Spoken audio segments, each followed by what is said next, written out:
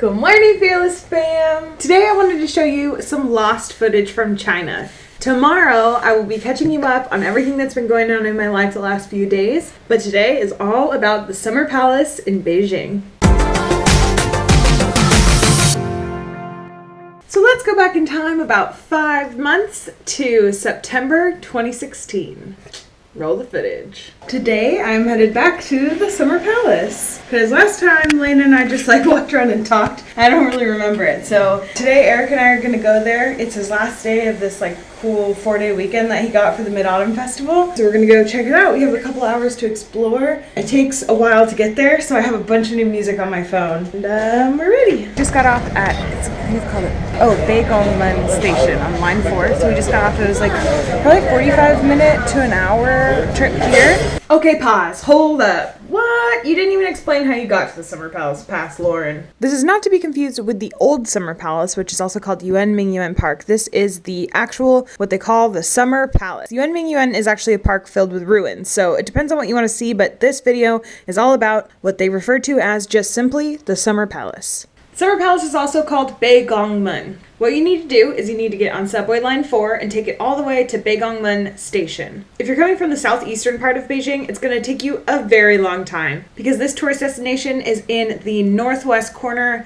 of Beijing, the main metro city area. So it's a long ride out there, but it's totally worth it because it's so beautiful. So anyways, get on line 4, take it to Beijing Station, and simply follow the signs to Beijing/Summer Palace. Or you can follow the crowds. That always works too. Don't accept a tuk-tuk ride to the entrance though, because seriously, it's like a 300-meter walk. It is so close. And now we are having a very Chinese lunch of KFC. Thank you, Colonel. Spicy chicken burger. That's mine. Egg tart. They gave us these for free, and then we got some iced teas. KFC has really good iced tea. They put key limes and lemons and something. It's super good. And then after this, we're gonna head over to the Summer Palace. I did notice there were a bunch of tuk-tuks outside offering 20 kwai rides to the Summer Palace. It's a 300-meter walk away, which is really close.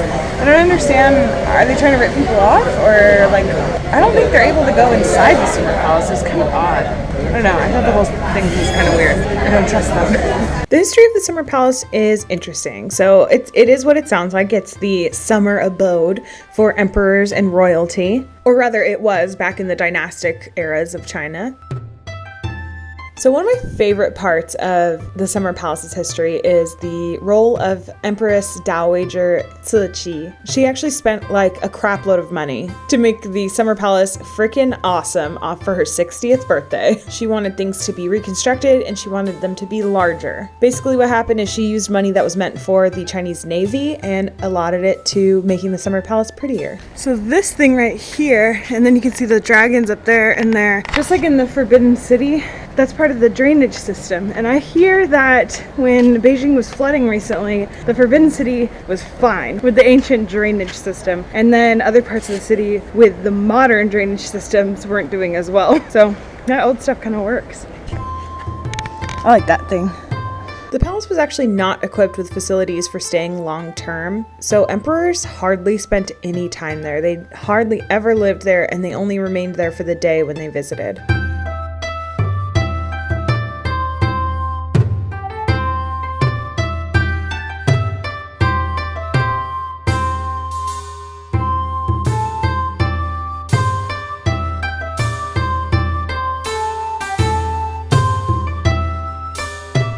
Wow, this is so smooth. Really? Probably from people touching it. At the end of the Second Opium War in 1860, the French and British actually looted the Summer Palace, so sometimes the Summer Palace is associated with really strong negative emotions for Chinese people. Someday I'm going to convince Eric to do this with me. Yeah. You hear about the old Summer Palace, Yuan Park. That one is even more emotional for Chinese people to visit because that one is actually in ruins because of the Second Opium War.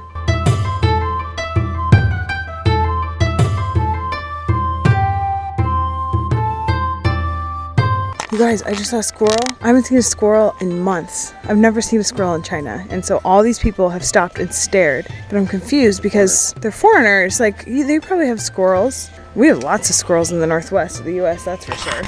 We've got plenty of squirrels, but that's actually the first squirrel I've seen in China.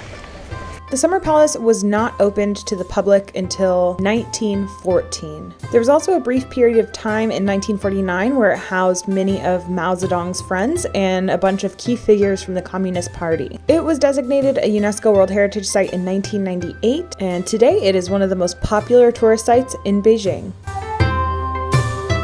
Look at that butt. Plans for the Summer Palace date all the way back to 1153, and that includes what they call Kunming Lake. I just want to let you guys know, I actually felt cold. I felt cold today. It's probably like less than 70 degrees, so it's freezing now.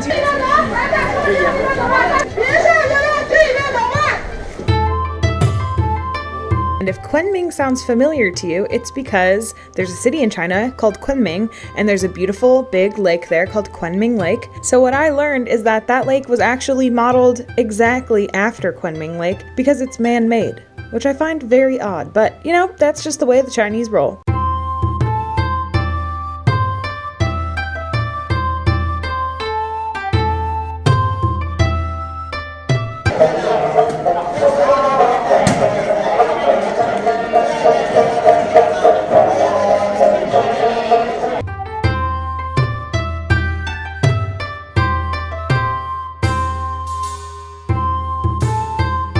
So this thing is representative of one of the mythical creatures of ancient China, which is called the Kailing. And it's got like horse hooves, scales all over its body, deer antlers, dragon head, like lion tail. It's just a really crazy creature. I like it though. I really like those. Is that the unicorn one?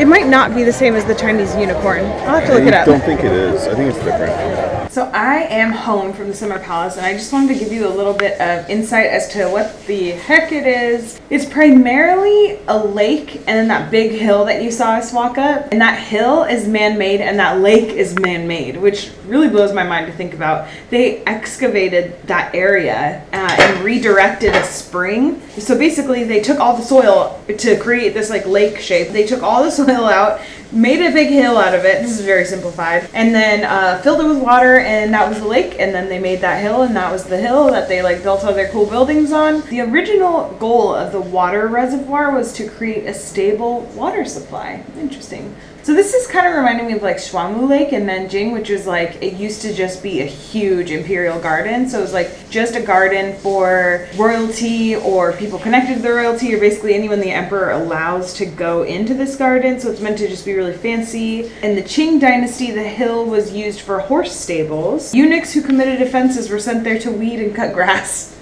Oh, okay, so originally it was just like a normal sized lake, and then later on in the 1700s, they built 2 more lakes, and then together the 3 lakes are Kunming Lake. This was really interesting. We saw a phone there, like an old-fashioned phone. It was actually the first phone ever in China.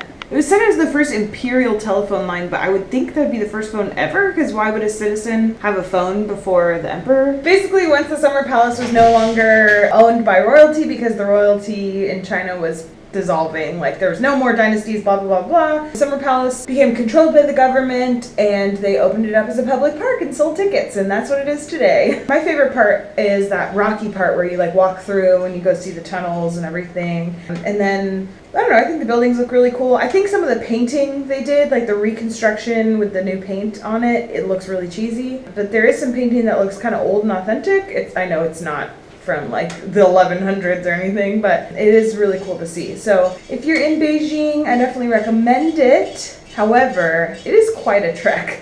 It's not exactly in the city center by any means. It's kind of a northwest corner of the city, just inside probably the 4th ring.